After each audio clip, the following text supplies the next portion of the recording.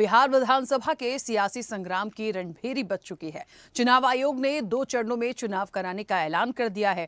छठ पूजा के बाद 6 और 11 नवंबर को वोटिंग होगी और 14 नवंबर को काउंटिंग के साथ तय हो जाएगा कि राज्य में एनडीए बरकरार रहेगा या महागठबंधन का सत्ता का सपना पूरा होगा।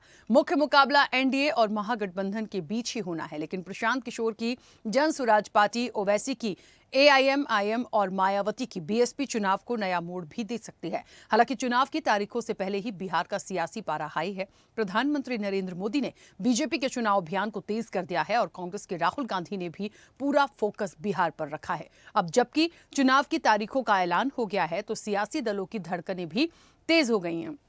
इस बार के चुनाव में यदि हम पिछले चुनाव की तरह जाति, बदलती निष्ठाएं और सामाजिक आर्थिक प्रगति मुद्दे पर यदि हम बात करें तो एसआईआर भी एक ऐसा मुद्दा रहा है जहां आरजेडी और कांग्रेस के लिए चुनावी मुद्दा बनकर उभरा है, जबकि बीजेपी और जेडीयू को बिहार में कराए गए विकास कामों के दम पर जीत का भरोसा है। लेकिन सियासी दलों के सामने सबसे बड़ा संकट सीएम फेस को लेकर है।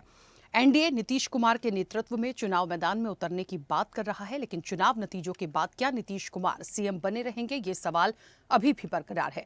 महागठबंधन में सीएम फेस को लेकर कोई राय बनती नहीं दिख रही। आरजेडी जहां तेजस्वी को सीएम फेस का स्वाभाविक दावेदार मान रही है, लेकिन महागठबंधन में शामिल कांग्रेस का रुख साफ नहीं है। वहीं सीट शेयरिंग को लेकर बैठकों का दौर जारी है, लेकिन एनडीए और महागठबंधन की ओर से कोई फॉर्मूला सामने नहीं आया। आज इसी पर हम विस्तार से चर्चा करेंगे। उससे पहले देखिए ये रिपोर्ट।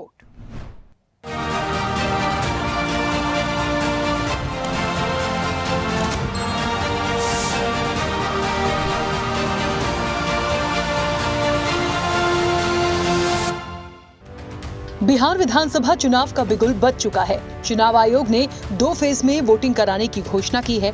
6 और 11 नवंबर को वोट डाले जाएंगे और 14 नवंबर को नतीजे घोषित किए जाएंगे। पहले चरण में 18 जिलों में वोटिंग होगी, जिसका नोटिफिकेशन 10 अक्टूबर को जारी किया जाएगा। बिहार विधानसभा चुनाव पहला चरण, नोटिफिकेशन 10 अक्टूबर, नामांकन की आखिरी तारीख 17 अक्टूबर, नामांकन पत्रों की जांच की तारीख 18 अक्टूबर, नामांकन वापस लेने की आखिरी तारीख 20 अक्टूबर। विधानसभा चुनाव के लिए मतदान 6 नवंबर। बिहार विधानसभा चुनाव दूसरा चरण, नोटिफिकेशन 13 अक्टूबर, नामांकन की आखिरी तारीख 20 अक्टूबर, नामांकन पत्रों की जांच की तारीख 21 अक्टूबर, नामांकन वापस लेने की आखिरी तारीख 23 अक्टूबर। विधानसभा चुनाव के लिए मतदान 11 नवंबर, जबकि मतों की गणना 14 नवंबर को होगी। बिहार के चुनाव 2 फेजेस में होंगे। पहले फेज के डेट गैजेट नोटिफिकेशन 10 तारीख को आएगा, दूसरे का 13 को, और date of poll 6 November Thursday और दूसरा 11 नवंबर ट्यूसडे। काउंटिंग 14 नवंबर को होगी और पूरी चुनावी प्रक्रिया 16 नवंबर तक समाप्त कर ली जाएगी। बिहार में कुल 243 विधानसभा सीट हैं। इनमें अनुसूचित जाति के 38 और अनुसूचित जनजाति के लिए 2 सीटें रिजर्व हैं। विधानसभा चुनाव में कुल 7.42 करोड़ मतदाता हैं, जिनमें 3.92 करोड़ पुरुष और 3.50 करोड़ महिलाएं और 1725 ट्रांसजेंडर शामिल हैं।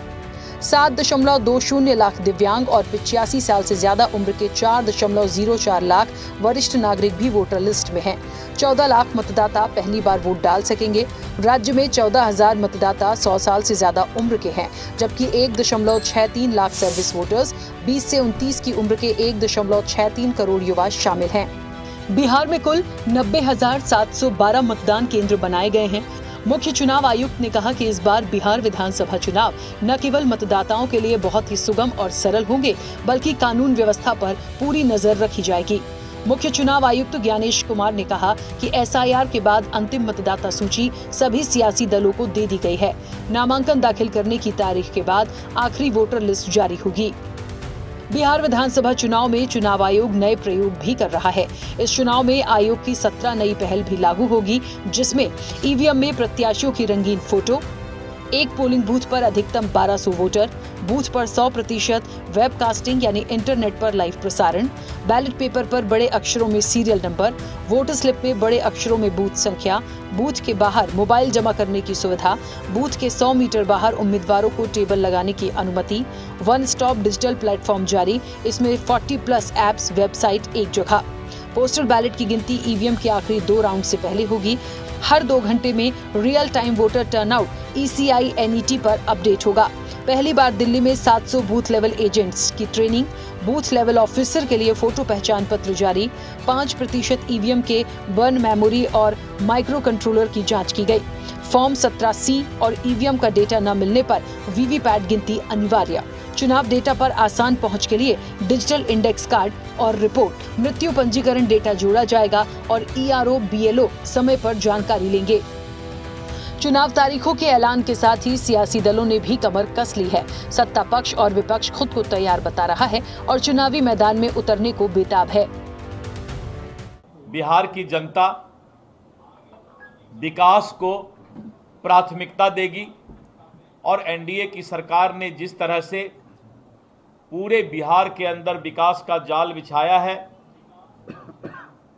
पूरे बिहार के अंदर इंफ्रास्ट्रक्चर बढ़ाने का काम किया है, बिहार की जनता एनडीए को भारी बहुमत से सरकार बनाने के लिए तैयार है। एनडीए गठबंधन इस चुनाव के लिए पूरी तरह से तैयार है और हम एकजुट हैं।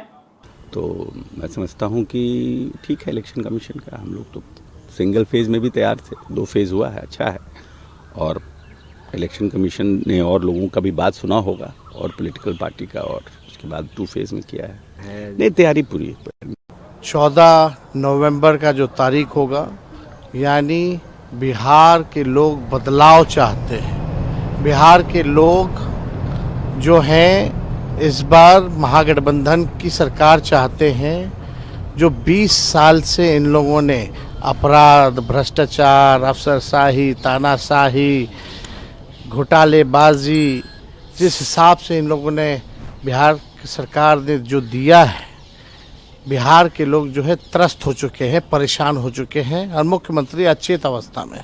अब बिहार को मुख्यमंत्री गिड़गिड़ाने वाला नहीं चाहिए, जो शेर की तरह दहराए, उस वैसा जो है सीएम जो है बिहार के लोगों को चाहिए। बिहार के लोग जरूर बदलाव लाना चाहते हैं और सबसे बड़ी बात यह है कि जितने महागठबंधन के जितने घटक है, सब हमारे साथ आपस में काफी तालमेल समझौता करते हुए हम लोग चुस्त दुरुस्त तरीके से हम लोग आगे निकल रहे हैं।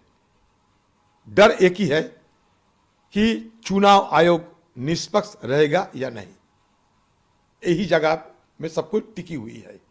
बिहार और बिहारी मुद्दा है, जनता मुद्दा है और एनडीए ने जो 16 सालों में बिहार की दुर्गति की है, मुद्दा वो है। मुद्दा पलायन है, मुद्दा रोजगार है, मुद्दा फार्मर है, मुद्दा बच्चों की बेरोजगारी है। इस बिहार की जनता को झूठे वादे से छुटकारा दिलाने और बिहार के गरीब और आम आदमी के अधिकार की रक्षा का। इस बार मुकाबला दिलचस्प होगा। एक तरफ एनडीए गठबंधन जिसमें भाजपा, जदयू और अन्य दल शामिल हैं, वहीं दूसरी तरफ महागठबंधन जिसमें राजद, कांग्रेस और वाम दल ताल ठोक रहे हैं। एनडीए का साफ रुख है कि 2025 का चुनाव नीतीश कुमार के नेतृत्व और चेहरे पर ही लड़ा जाएगा। हालांकि सियासी तौर पर एनडीए में नीतीश को लेकर थोड़ा असमंजस था, लेकिन बिहार की सियासत को देखते हुए बीजेपी कोई रिस्क लेना नहीं चाहती है। इधर जेडीयू ने चुनाव को लेकर नया नारा दिया है, 2025 से 2030 फिर से नीतीश। जबकि चिराग पासवान की पार्टी LJPR और जीतन राम मांझी की हम भी नीतीश को चेहरा बनाने के पक्षधर हैं। वहीं महागठबंधन में मुख्यमंत्री के चेहरे को लेकर अभी अभी भी स्थिति साफ नहीं है। आरजेडी महागठबंधन के चेहरे के तौर पर तेजस्वी यादव को प्रोजेक्ट कर रही है। हालांकि कांग्रेस ने इसका अभी तक खुलकर समर्थन नहीं किया है, लेकिन वीआईपी और वाम दलों ने इस पर हामी भर दी है।